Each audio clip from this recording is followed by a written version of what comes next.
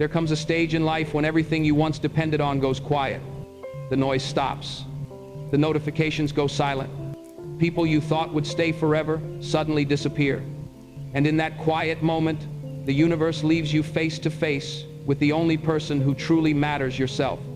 Most people fear this moment. They treat silence like an enemy. They keep their schedules packed, their phones buzzing, their minds distracted, just so they never have to sit with their own thoughts. They chase people who only offer crumbs of affection, hoping someone will fill the emptiness inside. But what if I told you that being alone isn't a curse, it's a doorway? A doorway to the version of you that you've been too busy, too scared, or too distracted to meet. Being alone does not mean you're broken. It doesn't mean you're unworthy or unwanted. It's a sign of strength, a sign that you're finally ready to face yourself without hiding behind crowds, noise, or temporary companionship. Because your biggest growth doesn't happen when everyone is cheering for you. It happens in the silence of your own room. Your deepest healing doesn't come from people comforting you. It comes from the nights when you cry, pray, breathe, and slowly rebuild yourself. Your strongest decisions aren't made in a crowd. They're made when it's just you and God. You weren't created to beg for attention.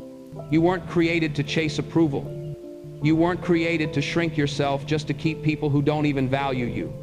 You were created to be whole, solid, with or without anyone standing next to you. Loving your own company isn't arrogance. It's maturity. It's clarity. It's protection. And pay attention, because this always happens. The wrong people suddenly return the moment you begin to heal. The moment you find peace, they come back with chaos. The moment you start growing, they bring distractions. That is not a coincidence. Sometimes the greatest test of your life is recognizing who was sent to heal you and who was sent to break you. But when you choose solitude, you take that power back. You remove the audience, the noise, the pressure. You give yourself room to feel the pain you've ignored, to face the wounds you've denied, and to confront the patterns that have been repeating for years. Healing begins when pretending ends. Being alone teaches you honesty. You stop faking conversations. You stop pretending to be okay. You stop forcing connections that drain your soul. And for the first time, you hear your own thoughts clearly, your real desires, your real fears, your real dreams. Solitude reconnects you with your soul in a way nothing else can. You stop living for approval. You stop settling for half love. You stop shrinking to fit into spaces that were never meant for your greatness. You start protecting your time, your energy, and your peace like they are sacred, because they are. And then something powerful happens.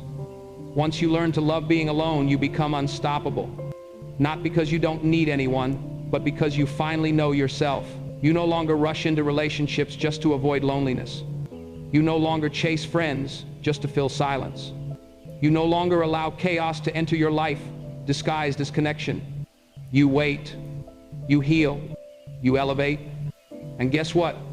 When your soul becomes whole, the right people are drawn to you effortlessly. Not because you're needy, but because your presence carries peace, strength, and purpose. People are attracted to someone who is comfortable in their own company. The moment you stop fearing solitude, you unlock a level of power most people never discover. You realize you never needed a crowd to become who you were meant to be.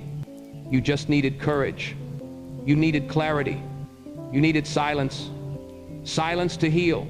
Silence to grow. Silence to hear God whisper what the world was too loud to let you hear. So if you're alone right now, don't run. Don't numb it. Don't hate it. Lean into it. Sit with it. Learn from it. Let it shape you.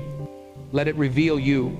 Because sometimes the most life-saving decision you'll ever make is to stay alone long enough to rediscover your peace, your power, and your purpose. Thank you.